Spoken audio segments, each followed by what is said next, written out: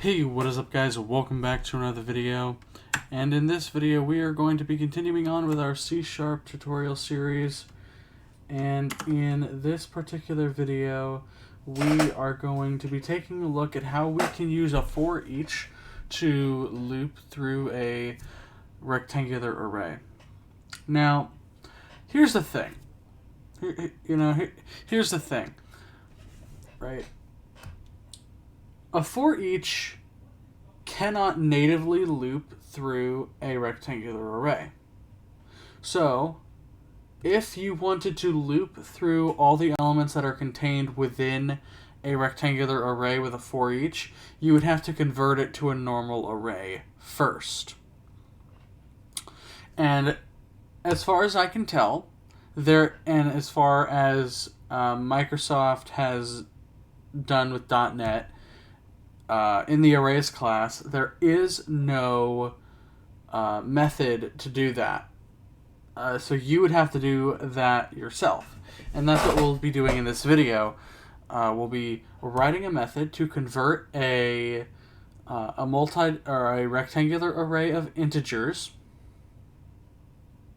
okay, into a normal array, and then loop through that with the for each.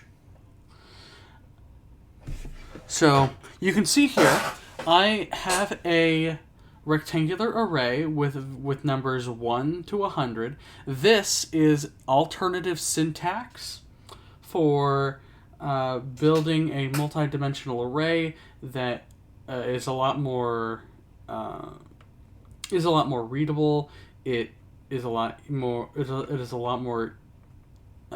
easier to understand. You can actually visualize the rows and columns instead of like the other way that we did it in the previous video, where we just go and say, number 00 equals da da da, whatever, you know. This is a little bit easier to understand, a little bit easier to read. All right. You can see just how similar it is. You can see just how similar it is to what we did with a normal array, and that's the point. Yeah. Okay. So what I'm going to do is I'm going to quickly copy all this stuff, and we're going to delete it. Class program public static void main string args, like that, and put that in there. Okay.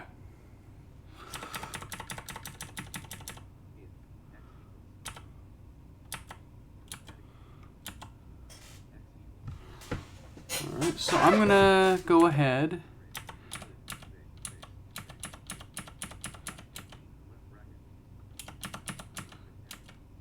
We're not going to call this X.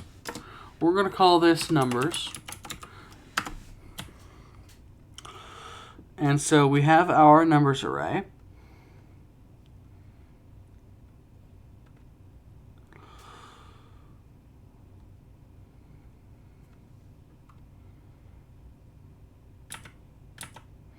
Now you can see that this is not quite formatted correctly. So let's go ahead and quickly fix up the formatting of our code here before we do anything.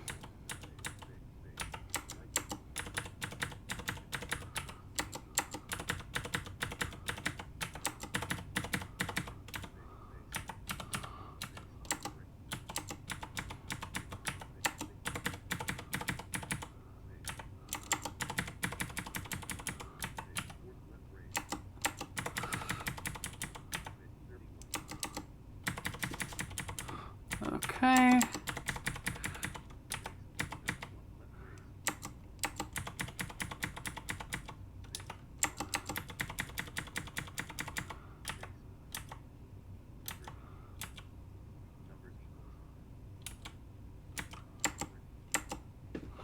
Okay, there we go. So now I can go ahead and below our main method, we are going to create a method. And this method is going to be called combine. So public static. This is going to return an array of integers. So int with an integer with an integer array, so just one set of square brackets with no comma in between. And then we're going to call it combine. And here we need to give it a multi-dimensional or rectangular array of integers.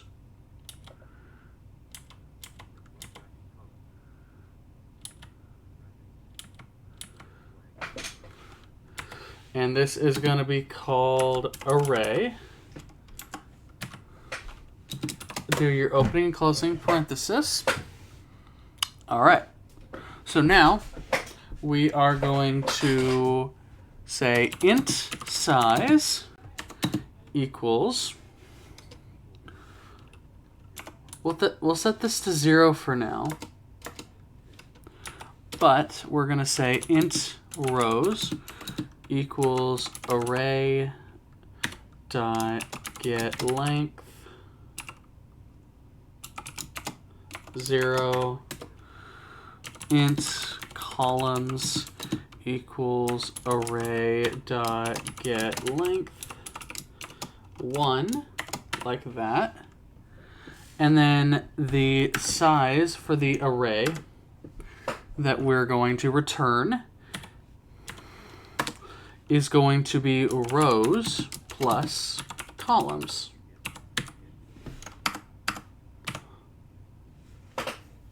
Okay, so now, once we have all that information,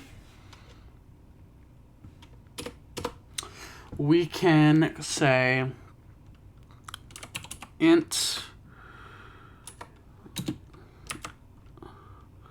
we can call this integers equals a new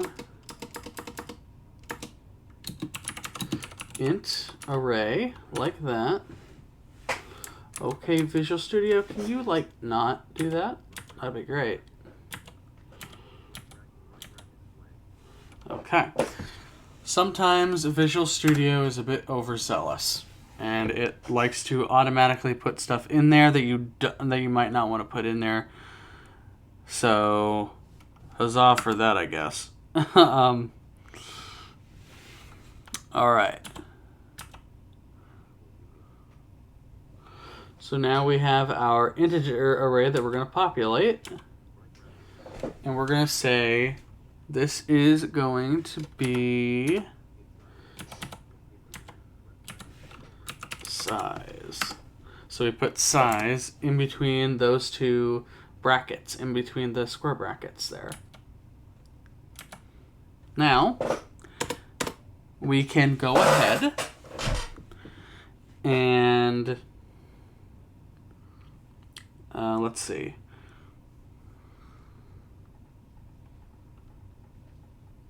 We will have to go through. We'll have to do this a little bit differently. Instead of using a for loop, well, actually, we can use a for loop. We'll just need to have a separate counter variable.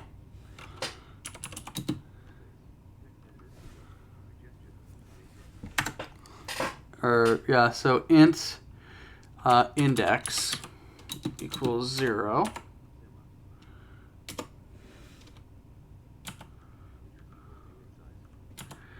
And so now we can go for int I equals 0. I is less than rows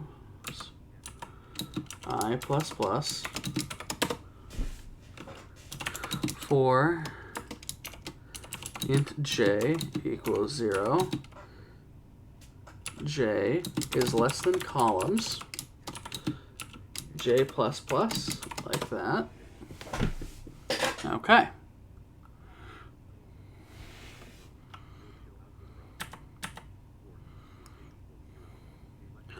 All right. Yep.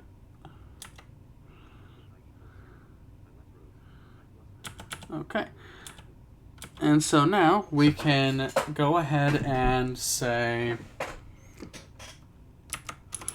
array I comma j. Yeah, so we can say int element equals array I comma j.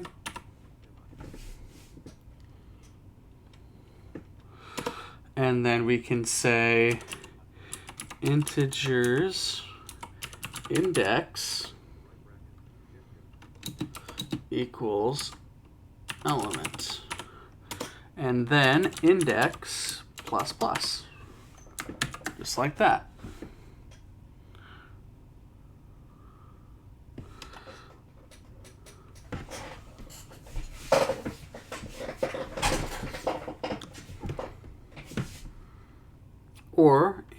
Or to be safe, plus equals 1, like that.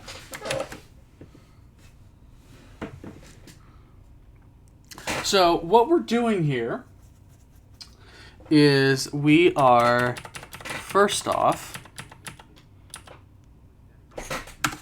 we're creating the method called combine. This will return an array of integers. This takes in a rectangular array of integers, and this is called array. The parameter is called array. Then we create let's see, it's 4 different variables. We create the rows and columns, which we get as integers. So we get how many rows, how many columns from the rectangular array. Then we get the total amount of items, which is just rows plus the columns.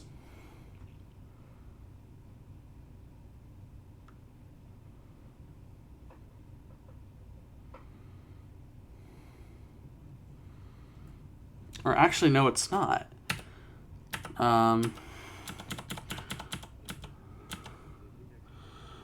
Int size equals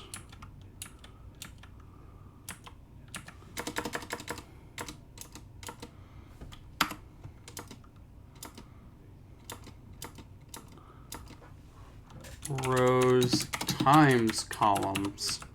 There we go. That's better. So rows times the columns is how many items we have in the array. I'm really glad I caught that. And then we have an index, which we're starting at 0. This is the index in which we want to add the element to the singular dimension array. Now, I want to talk a little bit about what would have happened if I kept the rows plus columns and didn't change it to rows times columns like it was supposed to be. We would have ran into what's called an index out of bounds exception. And that basically says, hey, that index doesn't exist here. You're out of bounds. So keep that in mind. It is so easy to do that. Okay. Then we create that singular dimension array that we're going to combine all the items from the rectangular array into.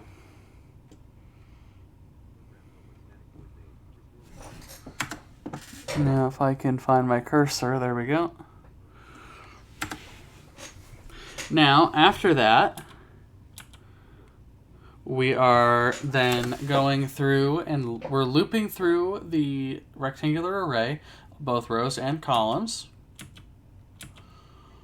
And when we are looping through the columns,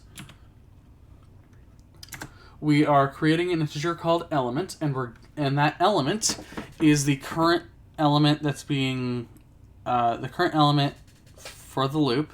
So at row index I and column index j, we then go and use the index variable that we have up above to refer to which index in the singular dimension array called integers that we want to store the element into, and we store element there. And then we increment index by 1, so the next time around it goes to the next index, and then the next, and then the next, and all the way until we're done. Okay? And finally, we need to return integers, just like that. Next, we're going to check our error list to make sure that we don't have any errors, and we're good. So there we go.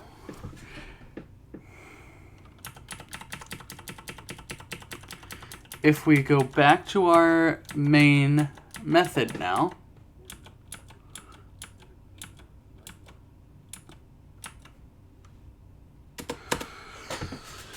we can then say int an integer array integers equals combine numbers, like that.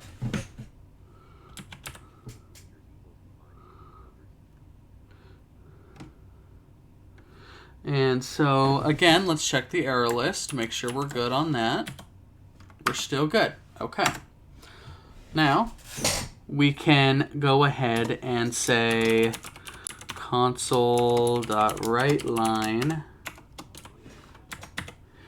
And let's go ahead and print out the amount of numbers that we have in this array. So numbers.length.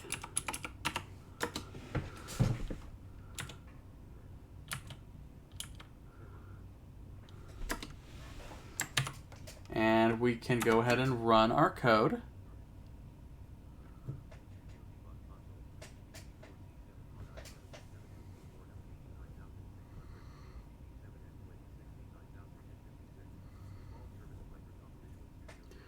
And let's go ahead and invert our colors here.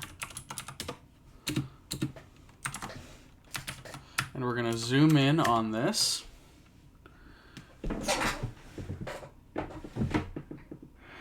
And you can see it printed out 100 because we have 100 elements that we're converting into a normal, that we're converting into an array. All right. Now,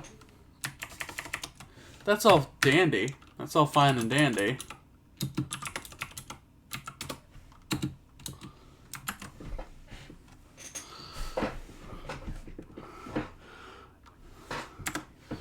And generally speaking, the way that we did our combine method might not be the most effective, most efficient way to do it, the most memory efficient way of doing it, but I just want to show you a way to do it. And we're using a larger data set. Not huge, but a larger data set. So it's not gonna, when we run our code, it's not gonna run as quickly as everything else we've written so far. So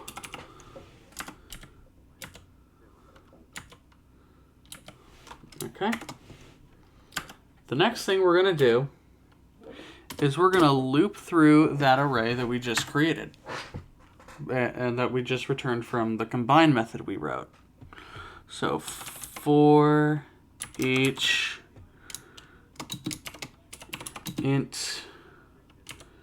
integer in numbers, for every integer in numbers, we are going to console.write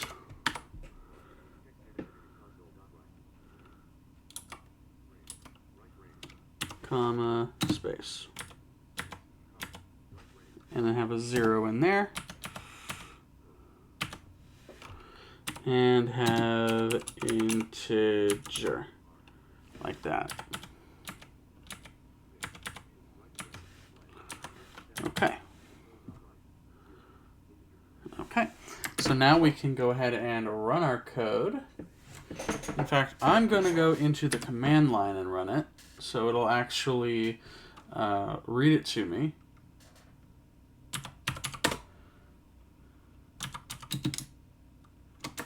It's on my D drive. CD.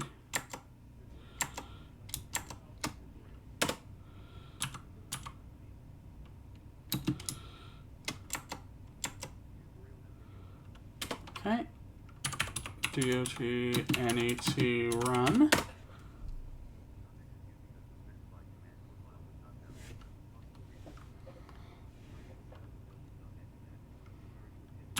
Okay, do .NET run. And there we go.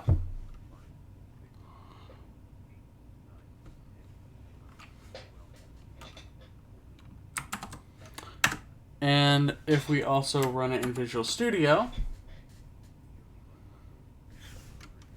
there it is. You have our 100, and then we have 1, 2, 3, 4, 5, so on and so forth, all the way up to 100. And so that pretty much does it for this video, guys, on how you can loop through a rectangular array using the for each statement. Just keep in mind that for each doesn't natively loop through a rectangular array, so you have to convert it to an array first, like a normal array first, and then you can loop through it with a for each. So that pretty much does it, guys. Thank you all so very much for watching, and we will see you all in the next one.